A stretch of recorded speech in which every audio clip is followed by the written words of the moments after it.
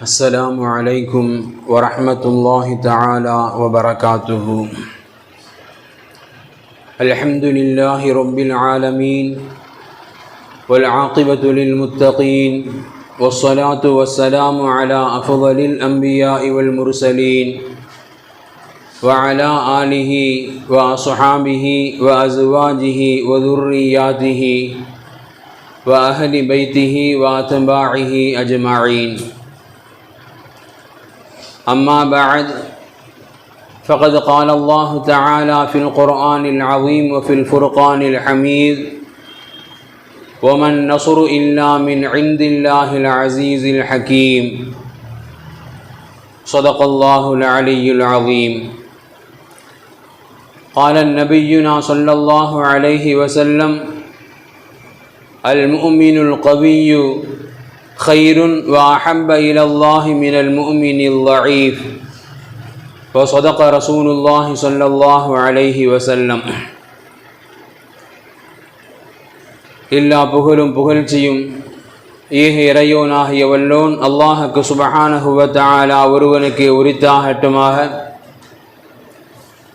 அவனது இறுதி தூதர் ஹாத்தமுன் நபி முஹம்மதுன் ஸல்லல்லாஹு அலைஹி வஸல்லம் அன்னவர்கள் மீதும் அன்னாரது வாழ்க்கை வழிமுறைகளை தங்களது வாழ்வின் எல்லா நிலைகளிலும் கடைபிடித்து வந்த உத்தம சத்திய சஹாபாக்கள், தாபிஈன்கள், தபஉ தாபிஈன்கள், அக்தாபுகள், அவுலியாக்கள், நல்லோர்கள், நாதாக்கள், மேலும் உலகளாவிய முஸ்லிம்கள் குறிப்பாக நம் அனைவர்கள் மீதும் வல்லோன் அல்லாஹ்வின் அன்பும் அருளும் என்றென்றும் நிறைவாக உண்டாவதாக. ஆமீன். அன்பிற்குரிய அல்லாஹ்வின் நல்லடியார்களே, பொதுவாகவே உலகில் நம்மை சுற்றி நடக்கக்கூடிய எத்தனையோ காரியங்கள், அந்த காரியங்களை கண்டும் காணாமல் நம்மால் பல நேரங்களில் கடந்துவிட முடியும். ஆனால் சில காரியங்கள் நமது உள்ளங்களில், நமது வாழ்க்கையினில் ஒரு மிகப்பெரிய சந்தோஷத்தையோ அல்லது ஒரு மிகப்பெரிய சோகத்தையோ துன்பத்தையோ தரக்கூடிய நிகழ்வாக அமைந்து விடுவதையும் நம்மால் காண முடியும். அப்படித்தான் அந்த அடிப்படையில்தான் இஸ்லாமிய சமுதாயத்திற்கு சற்றே ஆறுதல் தரக்கூடிய விஷயமாக உலகத்தின் எல்லா பாகங்களிலிருந்தும் எல்லா மனிதனுடைய உள்ளங்களும் கண்களிலிருந்து கண்ணீரை சிந்திக்கொண்டு பலஸ்தீனை குறித்து, காசாவை குறித்து கையேந்தாத, கண்ணீர் வடித்திராத இதயங்களே இல்லை என்று சொல்லக்கூடிய அளவிற்கு எல்லா தரப்பிலிருந்தும் காசா மக்களை குறித்துண்டான கவலைகள் சூழ்ந்திருந்த ஒரு நேரத்தில் அல்ஹம்துலில்லாஹ் பல்வேறு தரப்பட்ட மக்களுடைய கண்ணீருக்கும் அவர்களுடைய பிரார்த்தனைக்கும் உண்டான ஒரு பதிலாக, அதிலும் குறிப்பாக தமிழ் மாநில ஜமாஅத்துல் உலமா சபை கடந்த வாரம் ஒரு அறிவிப்பை செய்தது. கடந்த வியாழனன்று அனைத்து முஸ்லிம்களும் நோன்பிருந்து இஃப்தாருடைய வேளையில் காசா மக்களுக்காக இறைவனத்தில் கையேந்த வேண்டும், கண்ணீர் சிந்த வேண்டும் என்ற கோரிக்கைக்கு ஏற்ப தமிழகத்தினுடைய அல்ஹம்துலில்லாஹ் அத்துணை முஸ்லிம்களும், குறிப்பாக அரபு கல்லூரிகளுடைய மாணவர்கள், மாணவிகள், ஏன் இந்தியாவை கடந்து மலேசியாவிலும் கூட ஜமாஅத்துல் உலமாவுடைய இந்த கோரிக்கையை ஏற்று அவர்களும் செயல்படுத்தி வந்த இந்த வேளையில்தான் அல்ஹம்துலில்லாஹ் உலக முஸ்லிம்கள் சந்தோஷப்படக்கூடிய, சற்று ஆறுதல் பெறக்கூடிய ஒரு விஷயமாக இஸ்ரேலுக்கும் ஹமாஸ் போர் வீரர்களுக்கும் மத்தியில் உண்டான போர் நிறுத்த ஒப்பந்தம் அல்ஹம்துலில்லாஹ் நேற்று கையெழுத்தாகி இருக்கின்றது. இந்த போர் நிறுத்த ஒப்பந்தத்தில் நம் இஸ்லாமிய நாடுகள் இஸ்லாமிய நாட்டை சார்ந்த அரசர்கள் இவர்களுடைய தலையீடு இருந்ததோ இல்லையோ, சமீபத்தில் அமெரிக்காவில் ஒரு பதவியேற்றுக் கொண்டார். அவர் ஏற்றுக்கொண்டதிலிருந்து எப்படியேனும் அமெரிக்கான நோபல் பரிசை பெற்று தீர்வேன் என்கின்ற அடிப்படையில் சமீபத்தில் இந்தியா பாகிஸ்தானுடைய சிறு ஒரு போரை போன்ற ஒரு பிம்பம் காட்டப்பட்டது. அதை நிறுத்தினது நான் தான் கிடைக்கக்கூடிய வாய்ப்பெல்லாம் சொல்லிட்டாரு. கடைசியாக அவருடைய முன்னேற்பாட்டின் அடிப்படையில் ஒரு 20 தீர்மானங்களை கொண்ட ஒரு தீர்மானத்தை இஸ்ரேலுக்கும் ஹமாஸிற்கும் மத்தியில் கொடுத்து அந்த அடிப்படையில் அல்ஹம்துலில்லாஹ் இந்த போர் நிறுத்த ஒப்பந்தம் நேற்று கையெழுத்தாக இருக்கின்றது. உலக நாடுகள் எல்லாம் அல்ஹம்துலில்லாஹ் வரவேற்கத்தக்க ஒரு விஷயமாக இந்த போர் நிறுத்தத்தின் அடிப்படையில் காசா மக்களுக்கு என்னென்ன உதவிகள் தேவையோ அத்துணை உதவிகளையும் கொண்டு சேர்க்கலாம். அவர்கள் இனி சுதந்திரமாக நடமாடலாம் என்கின்ற எல்லா விதமான உத்தரவுகளையும் பெற்ற பிறகு நேற்று இரவு முதல் அல்ஹம்துலில்லாஹ் பலஸ்தீன் காசா மக்களிடம் அந்த சந்தோஷங்கள் வெளிப்பட்டு வரக்கூடிய இந்த வேளையில் இந்த போர் நிறுத்தம் எவ்வளவு தூரங்கள் முக்கியத்துவம் வாய்ந்தது, எவ்வளவு தூரங்கள் முக்கியத்துவம் பெறுகின்றது என்பதை குறித்தெல்லாம் நாம் யோசித்து பார்ப்போம் என்று சொன்னால், ஐநா தரக்கூடிய அறிக்கைகளின் பிரகாரம் கிட்டத்தட்ட 2 வருடங்களை நெருங்கிக் கொண்டிருக்கின்றது. 200 நாட்களை கடந்து நடைபெறக்கூடிய இந்த போர் ஐநா அறிவிப்பு தருகின்றது. காசாவில் இந்த 2 வருடங்களாக நடைபெற்ற இந்த போரின் மூலமாக அங்கு இருக்கக்கூடிய இடிபாடுகளை குப்பைகளை அகற்றுவதற்கு மட்டும் கிட்டத்தட்ட 10 வருடங்கள் ஆகலாம். இந்த 2 வருடத்தில் காசாவின் மீது நடத்தப்பட்ட தாக்குதலின் மூலமாக அங்கு இருக்கக்கூடிய கட்டிட இடிபாடுகளை மட்டும் ஒதுக்குவதற்கு குறைந்தபட்சம் 10 வருடங்கள் ஆகலாம். இது முதல் அறிக்கை. அடுத்து ஐநாவுடைய அறிக்கை காசாவுடைய 80% கட்டுமானங்கள் முழுவதுமாக தரைமட்டமாக்கப்பட்டு விட்டது. அடுத்து ஐநாவுடைய அறிக்கை ஆரஞ்சு, ஸ்ட்ராபெரி, தக்காளி இது போன்ற விவசாயத்தினுடைய விளை நிலமாக இருந்த சொர்க்க பூமி இன்னைக்கு 98% விவசாயத்திற்கு பயன்படுத்த முடியாத தரிசு நிலமாக மாறி போயிருக்கின்றது.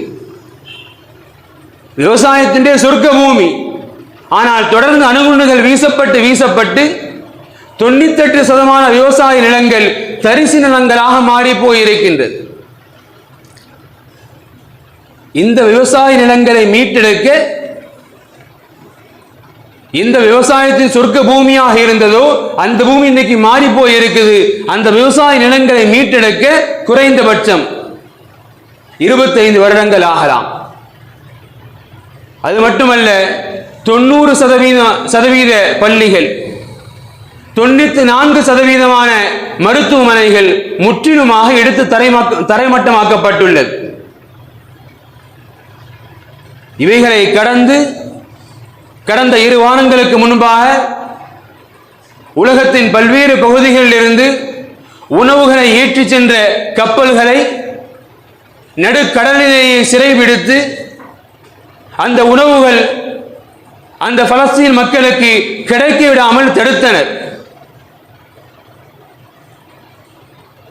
இது மட்டுமல்ல, சொல்ல முடியாத அளவுக்கு பயங்கரமான தொல்லைகளையும் துன்பங்களையும் துயரங்களை கொடுத்து வந்து எத்தனை அணுகுண்டுகளை வீச முடியுமோ அத்தனை அணுகுண்டுகளை வீசி பச்சிலம் குழந்தைகள் என்று கூட பாராமல், இவைகளை விட குறிப்பாக உணவிற்காக கையேந்தி நிற்கக்கூடிய அந்த மக்களின் மீது ஒரு மிகப்பெரிய பசி போராட்டத்தை, ஒரு பட்டினி போராட்டத்தை அறிவித்து அந்த உணவிற்காக கையேந்தக்கூடிய அந்த மக்கள் மீது குண்டுகளை வீசி ஒட்டுமொத்தமாக இப்படியெல்லாம் அழித்து வந்த அந்த மனித மிருகங்கள், அதில் உச்சபட்சமாக கடந்த வாரம் சமூகத்தினுடைய எல்லா வலைதளங்களிலும் கண்டிருக்கலாம், நாமும் கூட பார்த்திருப்போம். ஹமாஸினுடைய ஒரு போர் வீரர் இறந்து விட்டார், அவருடைய உடலை ஒப்படைக்கின்றோம் என்ற பெயரில் அந்த உடலை காசா மக்களிடம் ஒப்படைக்கின்றார்கள். பொதுவாக நமக்கு தெரியும், மற்ற சமுதாயங்களில் இறப்பிற்கு பிறகு அவருக்கு எந்த கண்ணியம் தரப்படுகின்றதோ இல்லையோ, இந்த சமுதாயத்தை பொறுத்தவரை அல்லாஹ் ரப்புல் ஆலமீன் ஒரு மனிதனுக்குண்டான கண்ணியம் பிறந்ததிலிருந்து கபரில் கொண்டு போய் சேர்க்கும் வரை, இறந்து விட்டார், இறந்த சில மணி நேரங்களுக்கு பிறகு துருவாடை வரும், எல்லாம் தெரிந்தும் இறந்தவரை குறிப்பாட்ட வேண்டும். குறிப்பாட்டப்பட்ட அவருக்கு புத்தாடைகள், நல்லாடைகள் அணிவிக்கப்பட வேண்டும். அந்த நல்லாடைகள் மேல் மனம் பூசப்பட வேண்டும். அதன் பின்னால் இந்த சமுதாயம் சுமந்து சென்று அவரை கபரிஸ்தானில் கொண்டு போய் சேர்க்க வேண்டும், அடக்கம் செய்ய வேண்டும். இது சமுதாயத்திற்கு அல்லாஹ் ரப்புல் ஆலமீன் காட்டி கொடுத்திருக்கக்கூடிய ஒரு மிகப்பெரிய ஜனாசாவிற்குண்டான இறுதி கடமைக்குண்டான மரியாதை.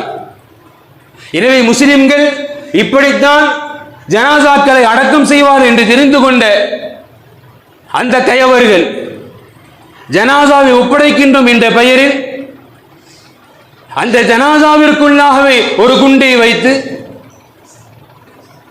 அந்த ஜனாசாவை போர் வீரர்கள் சேர்ந்து தூக்கி கொண்டு செல்கின்ற பொழுது நடுவெளியிலேயே அந்த குண்டு வெடித்து அத்துணை நபர்களும் சுமந்து சென்ற அத்துணை நபர்களும் வஃபாத்தான காட்சிகளை எல்லாம் நாம் வலைதளங்களில் கண்டிருப்போம். CNN போன்ற ஊடகங்கள் இதை வெளிக்காட்டியது. இவ்வளவு தூரங்கள் வன்மங்களை வைத்துக் கொண்டு மனிதன் என்ற பெயரில் மிருகங்களாக வேட்டையாடி வந்த ஒரு சூழலில் தான் அல்ஹம்துலில்லாஹ் ஹமாஸ் போர் வீரர்கள் அவர்கள் சோர்ந்து விடவில்லை. இருப்பினும் கூட அல்லாஹின் புறத்திலிருந்து அவர்கள் கொஞ்சம்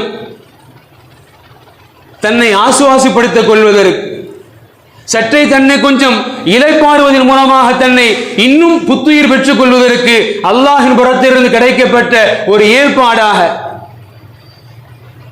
இந்த போர் நிறுத்தத்திற்குண்டான ஒரு ஒப்பந்தம் அல்ஹம்துலில்லாஹ் நேற்று கையெழுத்தாகி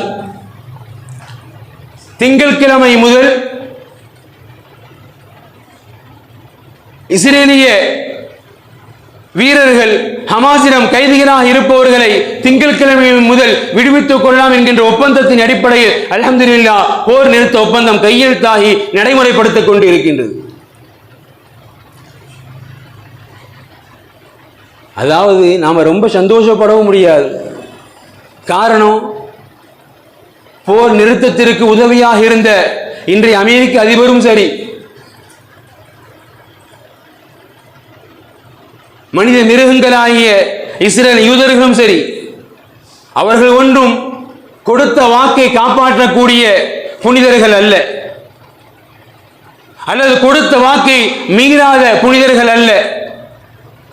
எப்படிப்பட்ட அயோக்கியன் கடந்த காலங்களில் பார்த்திருப்போம். போர் நிறுத்தம் என்று நேற்று மாலை அறிவித்திருப்பான், நாளை காலை போர் முடிவதற்குள்ளாக அந்த பூமியை கடப்பதற்குள்ளாக கிடைக்கின்ற இடங்களெல்லாம் குண்டு வீசிக்கொண்டே போவான். அப்படிப்பட்ட அயோக்கியன் தான் அந்த அயோக்கியன். எனவே போர் நிறுத்தத்தை கொடுத்தினா சந்தோஷப்படலாம் என்று எண்ணுவதற்கு ஒன்றும் இல்லை. இருப்பினும் கூட அல்ஹம்துலில்லாஹ் தொடர் குண்டு மலைகளுக்கு மத்தியில் கொஞ்சம் தன்னை இளைப்பாறிக் கொள்வதற்கு அல்லாஹ் ரப்புல் ஆலமீன் திருமறையில் மிக தெளிவாகவே இந்த அயோக்கியர்களை குறித்து அல்லாஹ் பதிவு செய்வான். யூதன் எப்படிப்பட்ட அயோக்கியன் திருமறை என்றோ பதிவு செய்து விட்டது, கியாமத் வரை அது மாறப்போவதில்லை. யூதனின் குணம் திருமறையின் மூலமாக அல்லாஹ் பேசக்கூடிய வார்த்தைகள். யூதன் பொய்யுரைப்பவன், யூதன் மோசடி செய்பவன், யூதன் வாக்குறுதிகளை உடன்படிக்கைகளை மீறுபவன், யூதன் மதத்தின் பெயரால் கையாளல் செய்பவன். இவைகளெல்லாம் திருமறை அவனுக்கு கொடுத்திருக்கக்கூடிய பெயர்கள். எனவே இந்த போர் நிறுத்தம் எத்தனை காலங்கள் அல்ல, எத்தனை நாட்கள் அது கடைபிடிக்கப்படும் என்று கூட என்பது கூட உண்மையிலே யோசிக்க வேண்டிய ஒரு சூழல் தான். இதற்கு மத்தியில் நாம் தெரிந்து கொள்ள வேண்டிய, நாம் புரிந்து கொள்ள வேண்டிய விஷயம், இஸ்ரேல் உள்ள வர்றப்ப என்னங்க சொல்லிட்டு வந்தான்? வெறும் காசா என்பது வெறும் 400 சதுர கிலோமீட்டர் பரப்பளவு. வெறுமனே 400 சதுர கிலோமீட்டர் பரப்பளவு கொண்டது. எங்களிடத்தில் இருக்கக்கூடிய முழு ஆயுதங்களை பயன்படுத்தினால் 2 தினங்கள் கூட தாக்குப்பிடிக்க முடியாது என்று சொல்லிக் கொண்டு வந்தவன் தான் இந்த இஸ்ரேல் யூதன். ஆனால் அல்ஹம்துலில்லாஹ் 2 வருடங்களை நெருங்கிக் கொண்டிருக்கின்றது. இன்றளவும் ஒரு பிடி மண்ணை அவனுக்கு எடுக்க முடியவில்லை. அதுதான் காசா மக்களுக்கு இருக்கக்கூடிய ஈமானிய உறுதி. இங்கிருந்து இருக்கக்கூடிய முழு ஆயுதங்களை பயன்படுத்தினால் 2 நாள் இருக்காதுன்னா, பிறந்த பச்சிலம் குழந்தைகளிலிருந்து, தவழும் குழந்தைகளிலிருந்து, அங்கு இருக்கக்கூடிய வாலிபர்களிலிருந்து முதியவர்கள் வரை அல்ஹம்துலில்லாஹ் போர் வீரர்களாக அல்லாஹ் உருவாக்கி தந்திருக்கிறான். 2 வருடங்கள் நெருங்கியும் கூட அவனால் அங்கிருந்து ஒரு பிடி மண்ணை எடுக்க முடியவில்லை. இந்த போர் நிறுத்தம் கூட ஒரு பார்வையில் பார்க்க வேண்டும் என்று சொன்னால் இஸ்ரேலுக்கு உண்டான தோல்வி.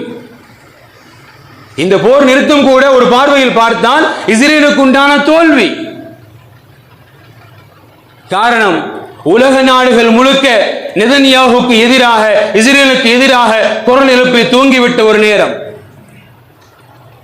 பலஸ்தீனை தனி நாடாக உலக அரங்கில் அங்கீகரிப்பதற்குண்டான சூழ்நிலைகள் ஏற்பட்டுவிட்ட ஒரு வேளை. நெதன்யாஹு அந்த அரசு, இஸ்ரேலிய அரசு இந்த போருக்காக செலவழித்து அடுத்து செலவழிப்பதற்கு ஒன்றுமில்லை என்று திவாலாகி போன ஒரு வேளையில்தான்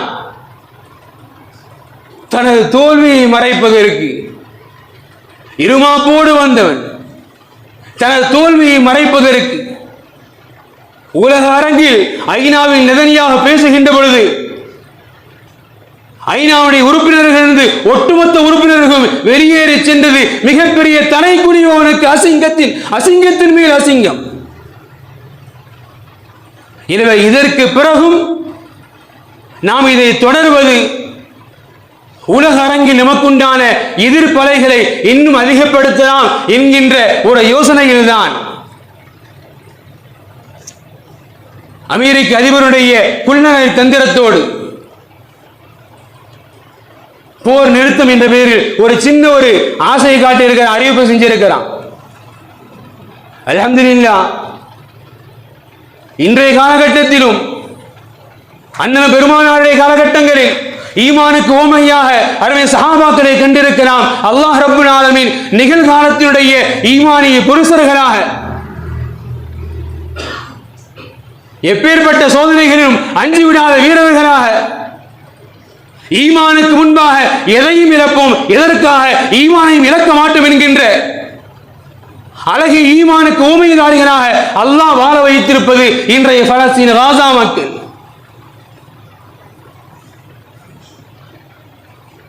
உலகத்தினுடைய 56 அரபு தேசங்கள் செல்வ வளங்களில், பொருளாதார வளங்களில், ஆட்சி அதிகாரத்தில் கொடிகட்டி பறந்தாலும் யாருடைய காலிலும் வீழாமல் அல்லாஹ் கூறுவதை போன்று வமன் நஸ்ரு இல்லா மின் இன்தில்லாஹ்,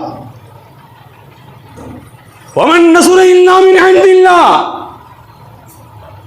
எங்களுக்கு ஒரு உதவி கிடைக்கப்பெறும் என்று சொன்னால், கிடைப்பதற்குண்டான வாய்ப்புகள் சாத்தியங்கள் இருக்கும் என்று சொன்னால் வமன் நஸ்ரு இல்லா மின் இன்தில்லாஹ்,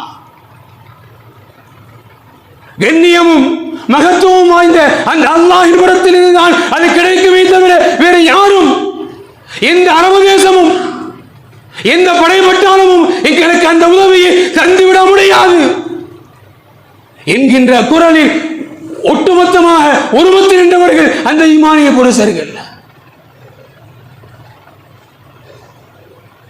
இஸ்ரேல் இன்று மட்டுமல்ல,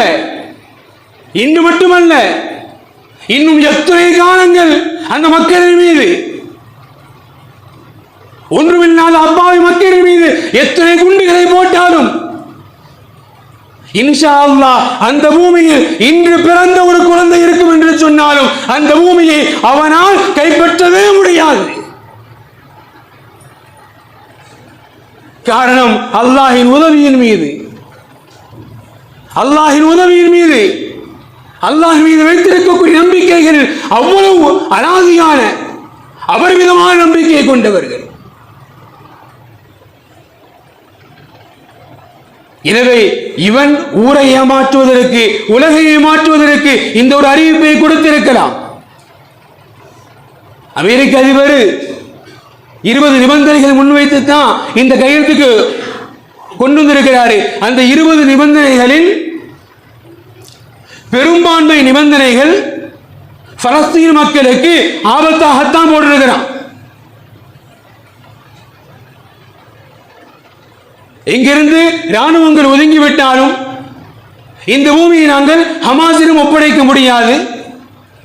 ஹமாஸ் வீரர்கள் சில காலங்கள், சில நாட்கள் இங்கு இருந்து கொள்ளலாம், இங்கிருந்து வெளியேறிவிட வேண்டும். இது போன்ற அபத்தமான முழுக்க பலஸ்தீன காசா மக்களுக்கு சாதகமல்ல, பாதகத்தையே தரக்கூடிய பல நிபந்தனைகளை இட்டுத்தான் இந்த ஒப்பந்தம் கையெழுத்தாக இருக்கின்றது.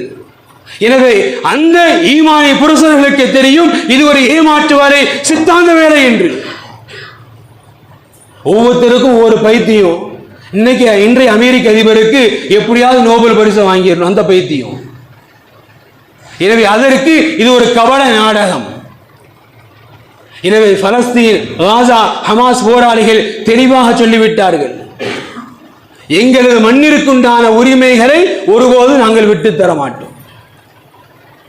எங்களது மண்ணிற்கு எந்த உரிமை உண்டோ அந்த உரிமையை ஒருபோது நாங்கள் இழக்க தயாரில்லை. அப்படி மண்ணிற்கு ஒரு இழிவு வரும் என்று சொன்னால், இந்த மண்ணை இழக்க வேண்டிய சூழல் வரும் என்று சொன்னால் மீண்டும் ஆயுதம் ஏந்துவோம், உன்னை எதிர்த்து நிற்போமே தவிர உன் காலில் சரணடைவதற்கு நாங்கள் யூதர்கள் அல்ல, நாங்கள் போலி ஈமானிவாசிகள் அல்ல. அல்லாஹ் இந்த பூமிக்கு கண் முன்னால் காட்டி இருக்கக்கூடிய ஈமானி புருஷர்கள், அவர்கள் அவருடைய கொள்கையில் தெளிவாக இருக்கிறாங்க. அல்ஹம்துலில்லாஹ், இதுவரை கையேந்தி வந்தோம். யா அல்லாஹ் அந்த மக்களுக்கு நிம்மதியான வாழ்க்கையை கொடு, இறைவா அந்த மக்களுக்கு பாதுகாப்பான வாழ்க்கையை கொடு. இன்ஷா அல்லாஹ் இனிமேல் கேட்போம், ரப்பே யா அல்லாஹ் அவர்களுக்கு கொடுத்த அந்த அமைதியை, அவர்கள் மீது நிறுத்தப்பட்ட இந்த போரை யா அல்லாஹ் தொடர்ந்து இந்த அமைதியை நிலைக்க செய்வாயாக, இந்த போரை ஒன்றுமில்லாமல் ஆக்கி விடுவாயாக, அந்த மக்களுக்கு அந்த புண்ணிய பூமியை மீண்டும் ஒப்படைப்பாயாக என்று இன்ஷா அல்லாஹ் இந்த மக்கள் கேட்பதற்கும் கதறுவதற்கும் உண்டான ஒரு நேர காலம் இது என்பதை உணர்ந்து கொள்வோம்.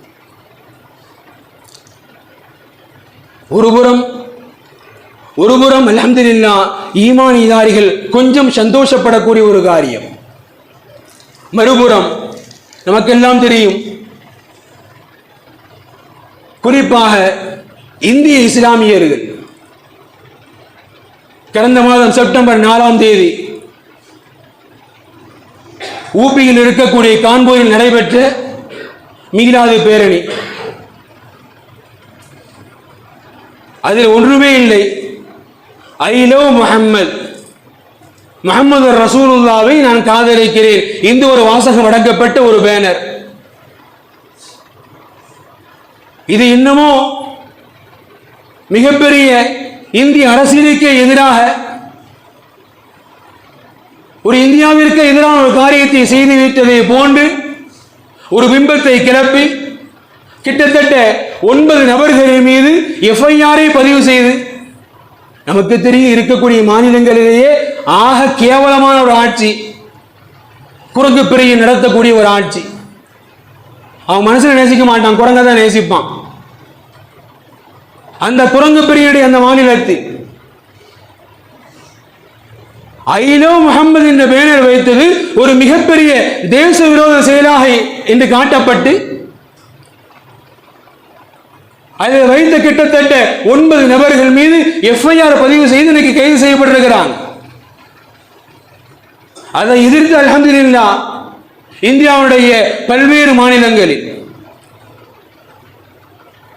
குஜராத், இந்தியாவுடைய பல்வேறு மாநிலங்களில் இன்னைக்கு அதனை எதிர்த்து தொடர்ந்து போராட்டங்கள் வலுப்பட்டுக் கொண்டே இருக்கின்றது. தமிழ்நாட்டினுடைய சங்க பரிவாரங்கள் ஏதோ முஹம்மது ரசூலுல்லாஹ்வை நான் விரும்புகின்றேன், காதலிக்கின்றேன், இன்னைக்கு அந்த வார்த்தையை இன்னைக்கு அவன் என்ன சொல்றான்? மத கலவரத்திற்கு உண்டான சுலோகம். அது முஹம்மது ரசூலுல்லாஹ்வை காதலிக்கிறங்கிறது மத கலவரத்தை ஏற்படுத்துவதற்கு உண்டான ஒரு சுலோகங்கிறான். ஈமானிய அடிப்படையே அதுதான். லா இலாஹ இல்லல்லாஹ் முஹம்மதுர் ரசூலுல்லாஹ். அண்ணலும் பெருமானார் மிக தெளிவாக சொல்லிவிட்டார்கள், லா யூமினு அஹதுக்கும் ஹத்தா அகூன அஹப்ப இலைஹி மின் வாலிதிஹி வ வலதிஹி வன் நாஸி அஜ்மஈன்.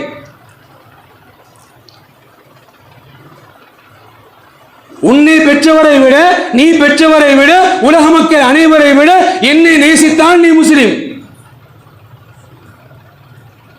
ஈமானுக்குண்டான அஸ்திவாரம் அடிப்படை முஹம்மது ரசூலுல்லாஹ்வை நேசித்தல்.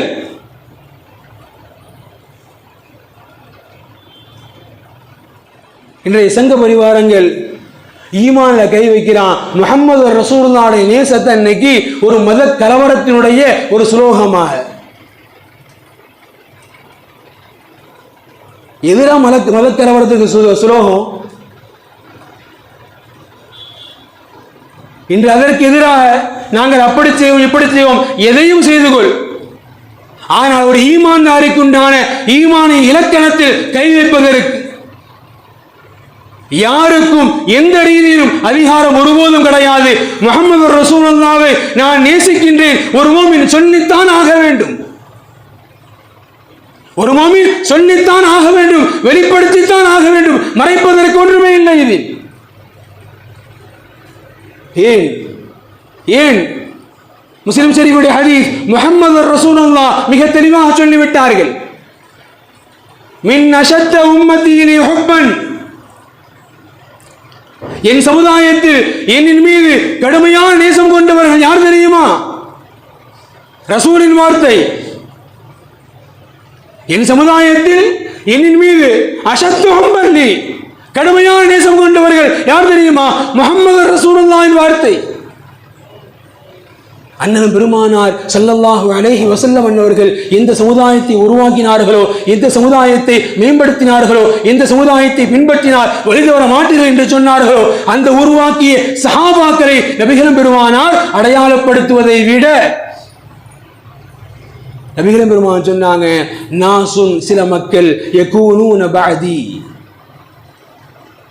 எனது சமுதாயத்தில் என்னை கடுமையாக நேசிப்பவர்கள் யார் தெரியுமா?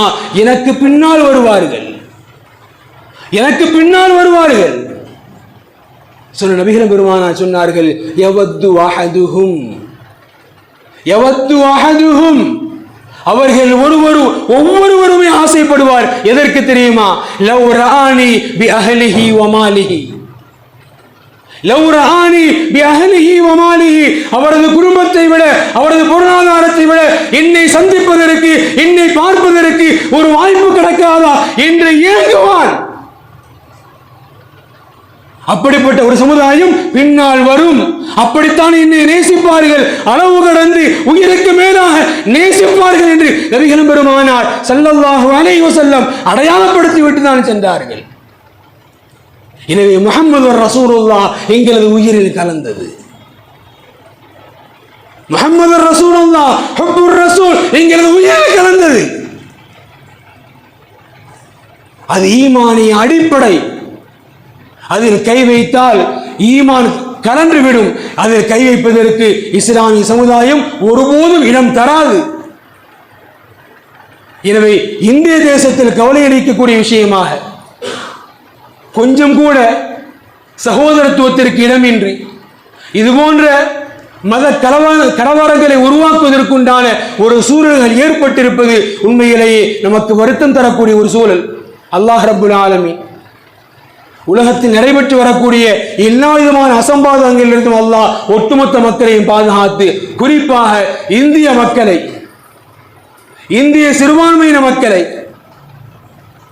அவர்களுடைய வாழ்வியல் வழிகாட்டுதல் பிரகாரம், இஸ்லாமிய ஷரியத்தின் பிரகாரம் அவர்கள் வாழ்வதற்குண்டான எல்லா வாய்ப்புகளையும் அல்லாஹ் இந்த தேசத்தில் அல்லாஹ் உருவாக்கி தந்தல் புரிவானாக.